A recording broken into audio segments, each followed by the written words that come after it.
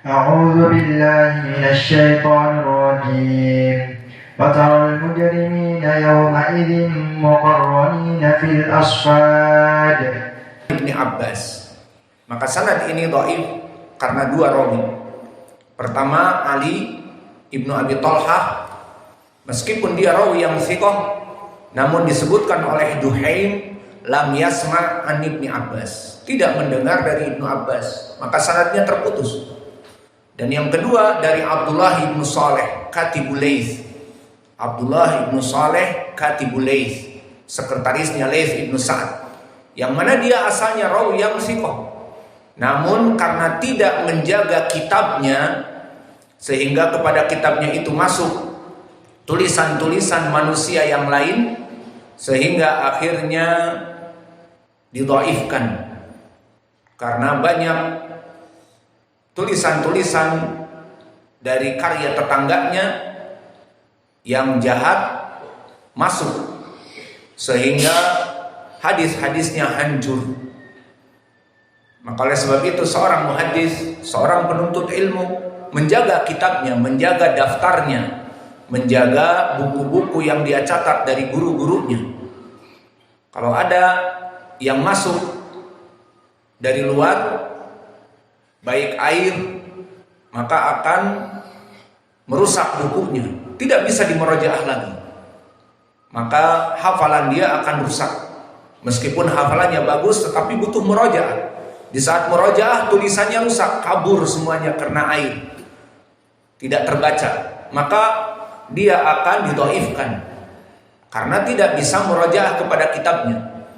Maka di pelajaran yang lalu, di pelajaran ilmi mustalahil hadis, syarat dari rawi yang sahih dia adalah mempunyai hafalan yang kuat di hatinya dan hafalan kitabnya.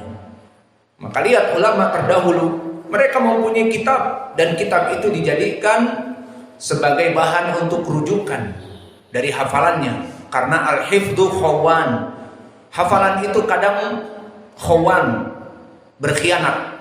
Di saat kita butuh, lupa. Maka dengan adanya daftar murojaah, di murojaah, oh ini sanadnya, oh ini bunyinya, matan seperti ini, berkata Rasulullah dari sahabat demikian dan demikian. Itu jika ada kitab. Jika kitab tidak ada, maka mau murojaah bagaimana? Akhirnya banyak salah periwayatannya, maka didhaifkan. Oleh sebab itu, seorang thalabul ilm dan dulu penuntut ilmu hadis harus mempunyai hafalan. Yang kedua, mempunyai kitab. Kitabnya itu dijaga. Maka sanadnya di sini dari Ibnu Abbas dhaif. Kemudian datang juga dari Qatadah Ibnu Di'amah. Dan dari Qatadah diriwayatkan dari jalan Muhammad ibn Abdul A'la Siqah, dari Muhammad ibn Thawr Siqah juga al-Yamani, an Ma'mar wa huwa ibn Rashid al-Azdi Siqah bal imam, dari Qatadah ibn Di'amah berkata muqarranina fil asfad ay muqarranin fil quyud wal aglal. Maka mereka itu terikat dengan rantai-rantai yang mengikat mereka dengan tiang-tiang, sehingga mereka tidak bisa lari. Dan asar ini datang dari Qatadah, seperti antum ketahui sanadnya semua rijalnya thiqat, kecuali Ali Ibnul Madini mengatakan riwayat Ma'mar dari Qatadah muttaribah, guncang. Kemudian datang juga dari Ad-Dhahhak. Ad-Dhahhak di sini adalah Ibnu Muzahim, yang mana dia seorang mufassir. Dan jalannya diriwayatkan oleh Imam At-Tabari, haddatsana Muhammad ibn Isa, haddatsana Muhammad ibn Isa Ad-Damighani. Maka Muhammad ibn Isa Ad-Damighani dia rawi yang saduq. Haddatsana Ibnu Mubarak imam muhaddis Abdullah Ibnu Mubarak dari Juwaybir an Dhahhak, dari Juwaybir dari Dhahhak Ibnu Makhlad Dhahhak al-Muzahim, . seorang mufassir ini. Dan di sini sanadnya dhaif karena Juwaybir Ibnu Sa'id Al-Balkhi telah dijarah oleh para ulama, maka dia adalah rawi yang dhaif.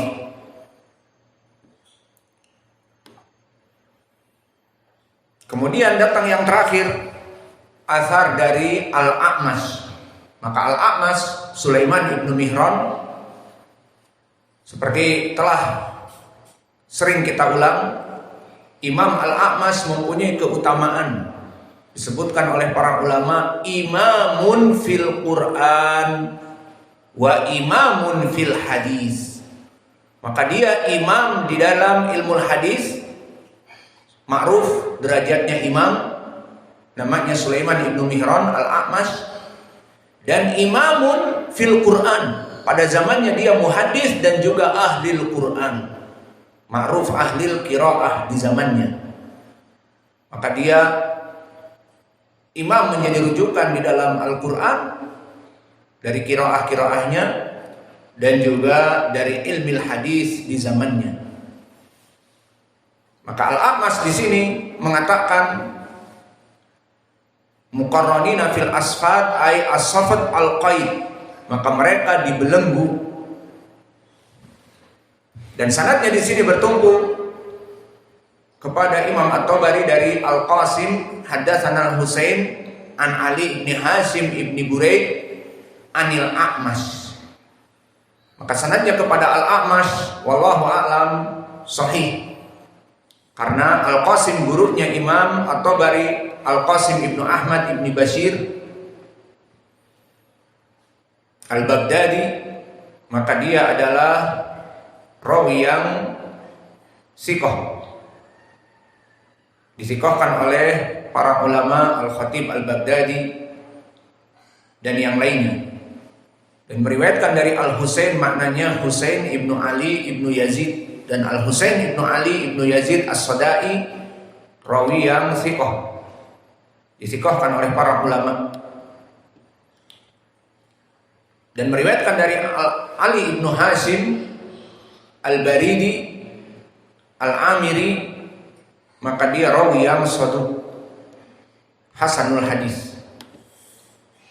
Maka dari sanad ini, sanad yang hasan, haddatsana Al-Qasim amba'ana Al-Husain an Ali ibn Hashim ibn Al-Buraid anil A'mash, maka sanadnya hasan kepada Imam Al-A'mash dikarenakan Ali ibn Hashim saduq hasanul hadis.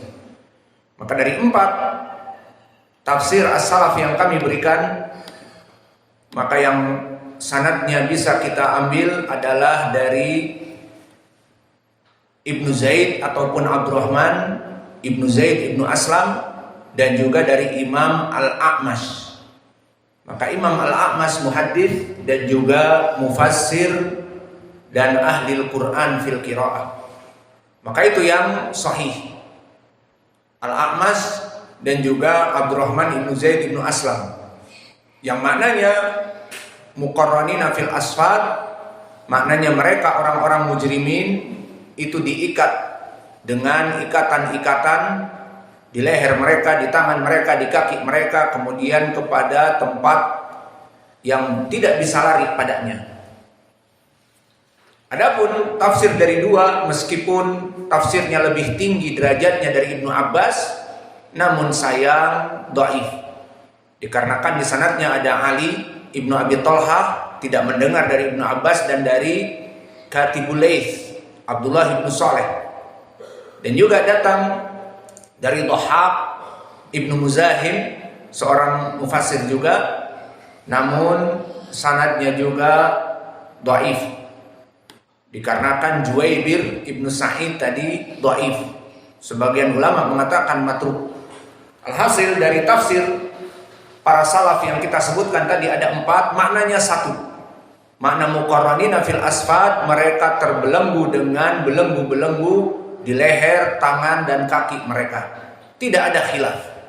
Dan dari 4 mufassir tadi, 2 yang bisa kita ambil sebagai dalil dari ucapan Al-A'mash dan juga dari Abdurrahman Ibnu Zaid Ibnu Aslam. Adapun dari Ibnu Abbas, meskipun dia seorang sahabi, namun sayang sanadnya dhaif. Maka mungkin ini yang bisa kita berikan. Maka kesimpulannya dari ayat ini, wa taral mujrimina yauma idzin muqarranina fil asfad. Maknanya adalah maka kalian atau kamu pasti akan melihat kelak di hari kiamat orang-orang mujrim itu muqarranina fil asfad, maka pasti mereka itu dalam keadaan terbelenggu, dibelenggu oleh Allah Jalla wa Ala dengan rantai-rantai pada hari itu. Wa naktafi ila huna wa jazakumullahu khairan wa barakallahu